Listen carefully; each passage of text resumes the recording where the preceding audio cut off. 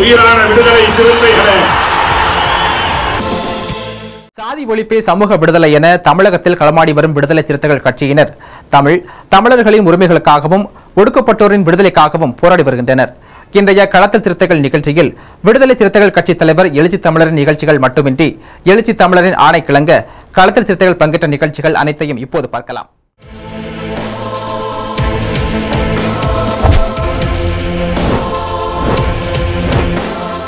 இதுகுறித்து விடுதலை சிறுத்தைகள் கட்சி தலைவர் தொல் திருமாவளவன் வெளியிட்டுள்ள அறிக்கையில், தூத்துக்குடியில் காவல்துறையினரால் பாதிக்கப்பட்ட மக்களை சந்தித்து ஆறுதல் கூறுவதற்காக சென்ற தமிழக வாழ்வுரிமை கட்சியின் தலைவர் வேல்முருகனை கைது செய்த தமிழக அரசை வன்மையாக கண்டிப்பதாக குறிப்பிட்டுள்ளார். மேலும் பல்வேறு அமைப்புகள் மற்றும் அரசியல் கட்சிகளின் தலைவர்கள் ஏராளமானோர் தூத்துக்குடிக்கு சென்று மக்களை சந்தித்துள்ளனர். ஆனால் வேல்முருகனை மட்டும் தடுத்து கைது செய்திருப்பது திட்டமிட்ட ஒரு பழிவாங்கும் நடவடிக்கையாகும் என்றும் தொல் திருமாவளவன் தமது அறிக்கையில் தெரிவித்துள்ளார். தமிழக அரசின் இந்த பாசிச போக்கை மிக வன்மையாக கண்டிப்பதாக குறிப்பிட்ட தொல் திருமாவளவன், வேல்முருகனையும் அவருடைய கட்சியினரையும் உடனடியாக விடுதலை செய்ய வேண்டும் என்றும் தமிழக அரசை கேட்டுக்கொண்டார்.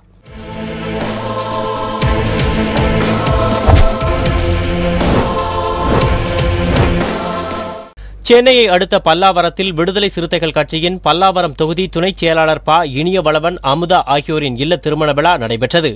இந்நிகழ்ச்சியில் விடுதலை சிறுத்தைகள் கட்சி தலைவர் தொல் திருமாவளவன் கலந்து கொண்டு புரட்சியாளர் அம்பேத்கரின் திருவுருவ படத்திற்கு மாலை அணிவித்து மரியாதை செலுத்தினார். பின்னர் திருமணத்தை நடத்தி வைத்து மணமக்களை வாழ்த்தினார். இதில் மாநில, மாவட்ட, நகர, கிளை நிர்வாகிகள், உறவினர்கள் என 1000க்கும் மேற்பட்டோர் கலந்து கொண்டு மணமக்களை வாழ்த்தினர்.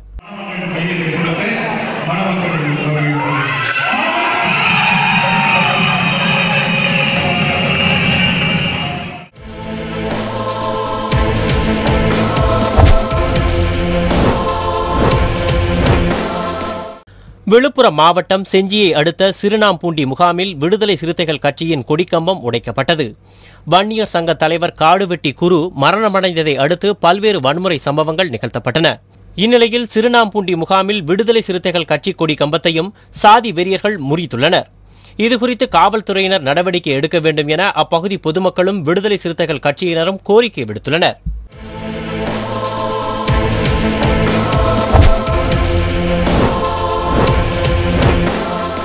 திருவாரூரில் விடுதலை சிறுத்தைகள் கட்சி நிர்வாகி முருகையன் என்பவரது இல்ல காதணி விழா நடைபெற்றது.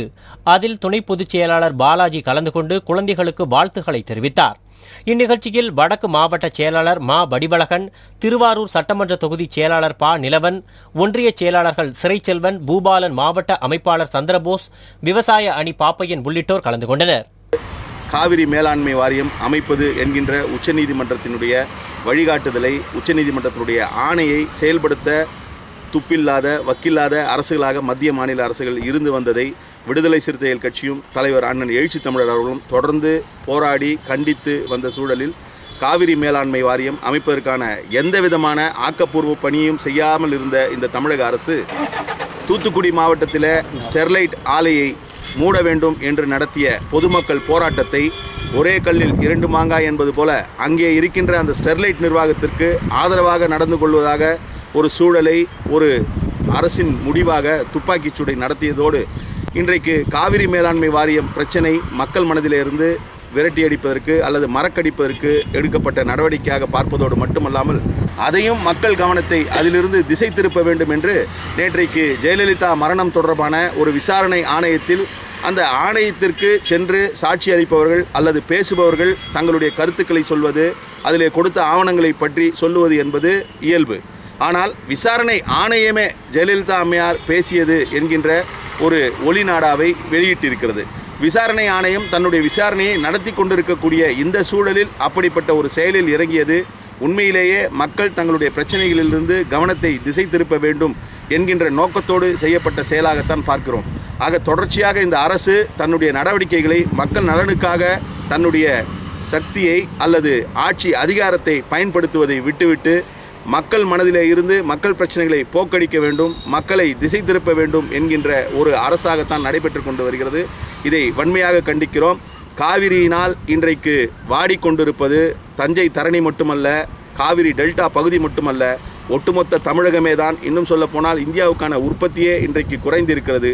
இவற்றையெல்லாம் கருத்தில் கொண்டு உடனடியாக காவிரி மேலாண்மை வாரியம் அமைத்து தஞ்சையில் இருக்கக்கூடிய விவசாயிகள், டெல்டா பகுதியில் திருவாரூர் மாவட்டத்தில் இருக்கக்கூடிய விவசாயிகள், இவர்கள் அனைவரும் பலன் பெறுகின்ற வகையிலே, ஒட்டுமொத்த தமிழர்கள் பலன் பெறுகின்ற வகையிலே தமிழக அரசு உடனடியாக நடவடிக்கை எடுக்க வேண்டும் என்று கேட்டுக்கொள்கிறேன்.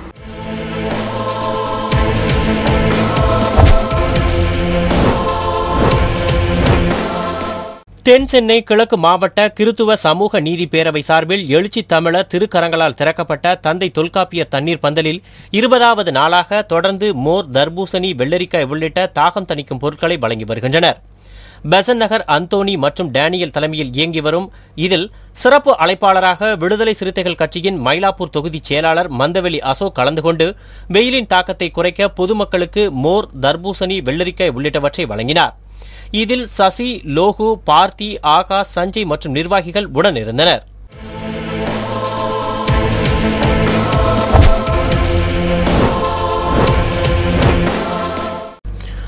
கடலூர் மாவட்டத்தில் தூத்துக்குடியில் நடைபெற்ற துப்பாக்கிச் சூட்டை கண்டித்து விடுதலை சிறுத்தைகள் கட்சியினர் ஆர்ப்பாட்டத்தில் ஈடுபட்டனர். அதன்படி கடலூர் மேற்கு மாவட்டம் சார்பில் பெண்ணாடம், திட்டக்குடி, வேப்பூர் ஆகிய பகுதிகளில் விடுதலை சிறுத்தைகள் கட்சியினர் ஆர்ப்பாட்டம் நடத்தினர். பெண்ணாடம் பகுதியில் நடைபெற்ற ஆர்ப்பாட்டத்தில் நகரச் செயலாளர் ஆடல் அரசு தலைமை தாங்கினார்.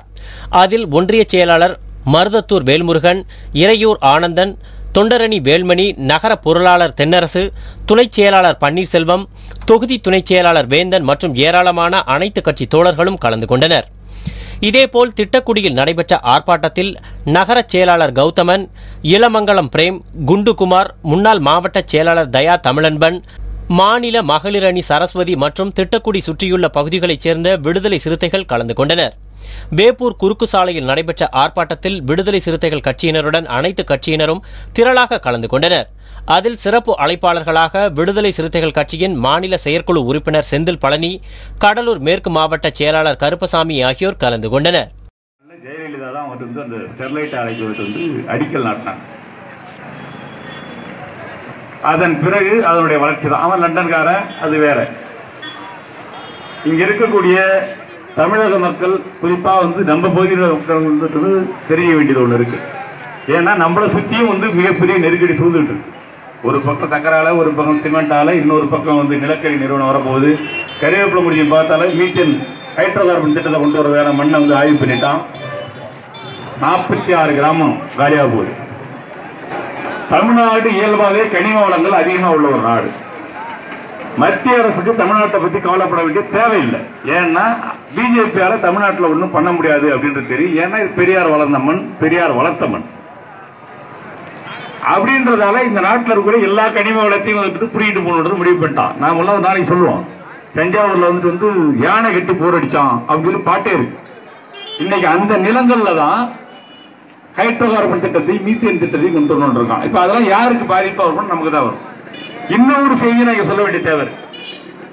நிலநடுக்கம் அப்படின்னு ஒண்ணு தமிழ்நாட்டுக்குள்ள வந்தது அப்படின்னா கடலூர், அரியலூர் இந்த 2 மாவட்டம் தான் பாதிக்கப்படும். இதெல்லாம் வியாபாரிகள் தெரிஞ்சுக்கணும்.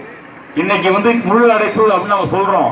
அப்படின்றதுக்கு பிறகு கடையை திறக்கிறீங்கன்னா செத்து போன உனக்கு சொந்தக்காரனா இருந்தா கடையை சாத்துவியா? நீங்களா சாத்தணுமா இல்லையா? வியாபாரிகள் சங்கம் இருக்கா இல்லையா? நீங்களே முன் 13 பேர் செத்துருக்காண்டா அப்படின்றத சாத்தணும் அப்படின்றது என்னுடைய வேண்டுகோள், கோரிக்கை. அடுத்த முறையாவது இதுபோல் தமிழகத்தில் நடக்கக்கூடிய வன்முறைக்கு எதிராக, அரசியல் வன்முறைக்கு எதிராக, பயங்கரவாதத்துக்கு எதிராக வெகு மக்களாக இருக்கக்கூடிய போராடுறப்ப நீங்க ஒத்துழைப்பு தரணும். இங்க இருக்கக்கூடிய தோழர் பாலு பேசுறாரு, அண்ணன் கொலைஞ்சிட்டு சொல்றப்ப, காமராஜ் என்ன சொல்றப்ப சொன்னாங்க, நீங்க எல்லாம் ஒத்துழைப்பு தான் நாங்க என்ன கடையை சாத்த முடியும். இன்னைக்கு பெண்ணாடத்தில் ஆர்ப்பாட்டம் நடந்தது கூட காரணம், பெண்ணாடத்தில் முழு அடைப்பு நடக்கல. மாலை நம்ம ஒரு ஆர்ப்பாட்டத்தையாவது பண்ணி நம்மளுடைய கண்டனத்தை பதிவு பண்ணணும் அப்படின்றது தான் எங்களுடைய எண்ணம். இல்லைன்னா நீங்க ஒத்துழைப்பு கொடுத்துருந்தா நாங்க இப்ப ஆர்ப்பாட்டம் நடத்த வேண்டிய தேவையில்லை. ஆர்ப்பாட்டம் நடத்த வேண்டிய தேவை இருந்தாலும் கூட வேண்டிய தேவையில்லை அப்படின்றது என்னுடைய வேண்டுகோளா சொல்றேன்.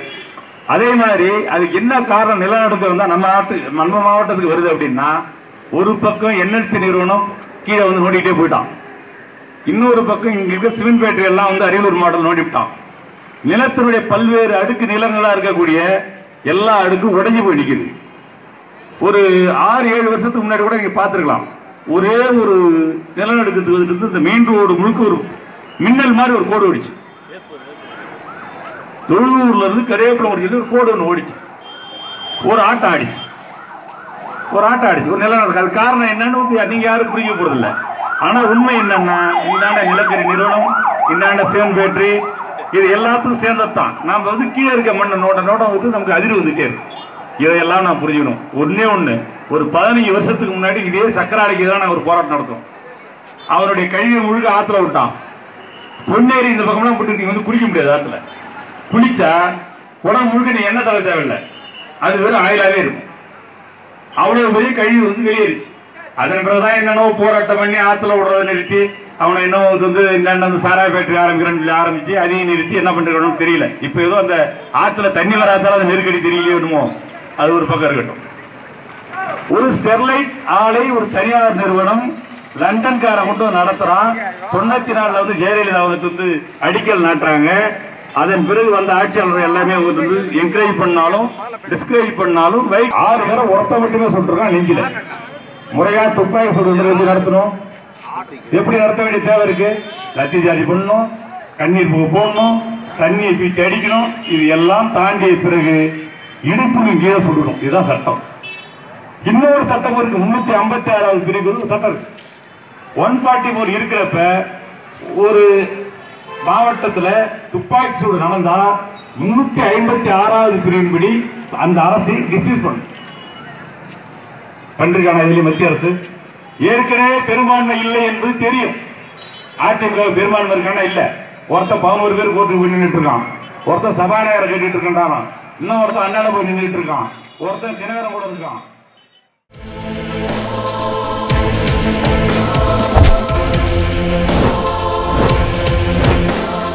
விடுதலை சிறுத்தைகள் கட்சியினர் பங்கேற்ற நிகழ்ச்சிகள் அனைத்தையும் பார்த்தோம். நாளையும் இதேபோன்று சிறுத்தைகளின் பாய்ச்சலை களத்தில் காண்போம். நன்றி.